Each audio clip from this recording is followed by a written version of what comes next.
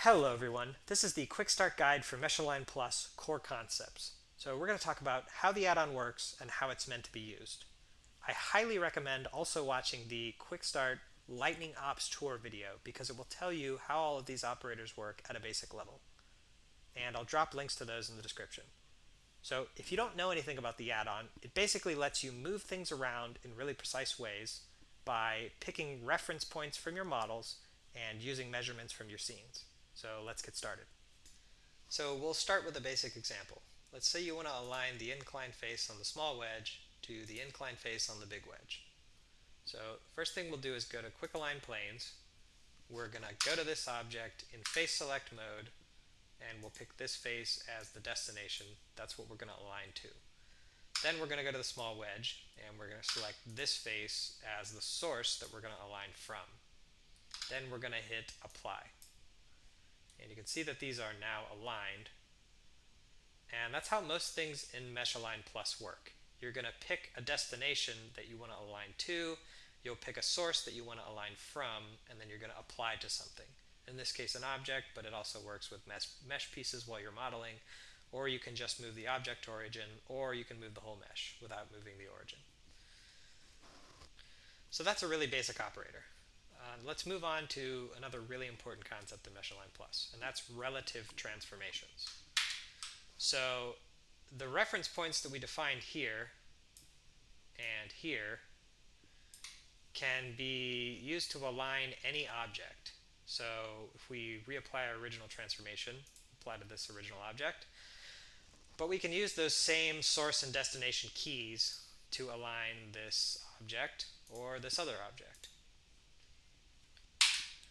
So the add-on doesn't really care where the source key and destination key come from, and in fact it's designed to be really flexible to allow you to define the source key and destination key in whatever way you see fit using the geometry from your scene. So the add-on was really built to support these kinds of relative transformations. And another core feature of MAPlus, again, is that you can apply this same operation not just to the object, but to a mesh piece or whole mesh or object origin. So let's look at that real quick.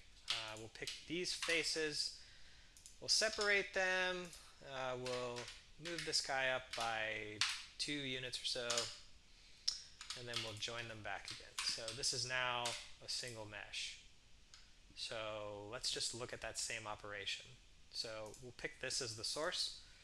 I'll just select this whole island, and then I'll apply to mesh piece. And you can see it's basically the same operation.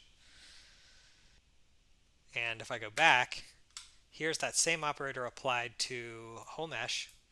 So you can see that the object origin stays where it was and only the mesh moves.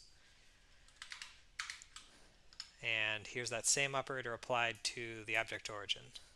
So if I turn this on and this on, you can see that only the object origin moves and the mesh stays in place. So there's one more core concept I want to mention. And I said the reference picking was really flexible. So let's take a look at that. So what I'm going to do is we're going to align the front edge of this wedge here between this point and this point. So this will give you an idea of how geometry editing works. We're going to use the Quick Align Lines operator over here. So the first thing I'm going to do is define a destination line. So we'll go to this object in vertex select mode. We'll pick this point here.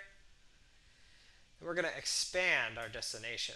So this shows you the coordinates and gives you a bunch of tools for grabbing in a bunch of different ways, like from the cursor, from average vertex positions, etc. So I'm just going to grab the global coordinates of this point. I'm going to go to this other object. I'm going to choose this point, and I'm going to hit grab global coordinates. And we've now defined, you can see it right here and here, we've defined these 2 points as our start and end point of our line. Then we're going to go over here and we'll just go to edge select mode, and I'll select the front edge of the wedge, and I will apply to object. And you should be able to see here that that front edge of the wedge is aligned between those two objects. So that's how geometry editing works in MeshaLine Plus. You're usually going to have a source or a destination key that you want to expand using this little arrow here. You're going to go to each point coordinate in your key, and you're going to use the available tools to set that coordinate in whatever way you see fit. So this is a line, so it has a start and an end point. Planes have 3, points have 1, but they all kind of work the same way.